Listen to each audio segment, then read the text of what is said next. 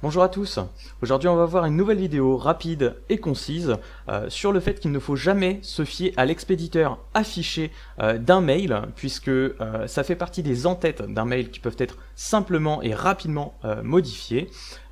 Et donc dans cette vidéo j'ai choisi d'utiliser un serveur Exchange 2013 que vous pouvez télécharger gratuitement en version d'essai sur le TechNet de Microsoft. Les liens sont dans la description de cette vidéo.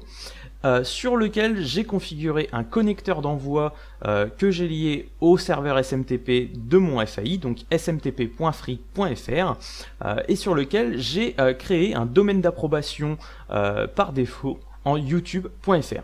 C'est-à-dire que je peux envoyer un mail à n'importe qui via le serveur SMTP de mon FAI en tant que n'importe qui @youtube.fr.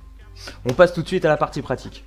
Donc sur le serveur Exchange, si je vais dans flux de messagerie, je vois que j'ai un connecteur d'envoi, je le modifie, je vois que dans la remise, je passe par un autre actif qui est smtp.free.fr.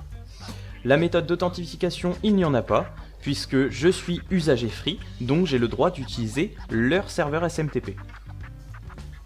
Si je vais dans les domaines acceptés, je vois que ici j'ai processus.local qui est le nom de mon domaine. Je vous rappelle que un nom de domaine, et donc un domaine Active Directory, est obligatoire afin d'installer un Exchange. Ça fait partie des prérequis.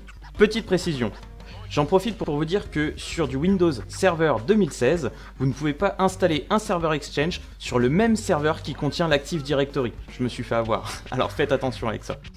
Et donc en domaine secondaire, que j'ai ensuite mis en domaine par défaut, je vois que j'ai youtube.fr. Et que j'ai choisi de dire au serveur Exchange que ce domaine faisait autorité, c'est à lui de le gérer.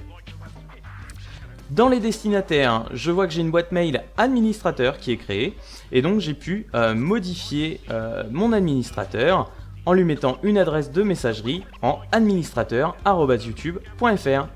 À partir de là, je peux envoyer un mail depuis administrateur@youtube.fr à n'importe qui. Ici, j'ai créé une adresse bidon processus.test@gmail.com en lui disant félicitations, validez votre compte YouTube, etc. avec un lien sur lequel ma victime devra cliquer afin de valider son compte YouTube. Évidemment, derrière ce lien, je vais lui faire télécharger un programme, ce que je veux, etc. Tout ça pour le pirater. Si j'arrive ensuite sur le compte Gmail de ma victime, je vois que j'ai reçu un nouveau message, validation de votre compte YouTube, envoyé par administrateur. Si je clique dessus, je vois que c'est bien envoyé par administrateur@youtube.fr.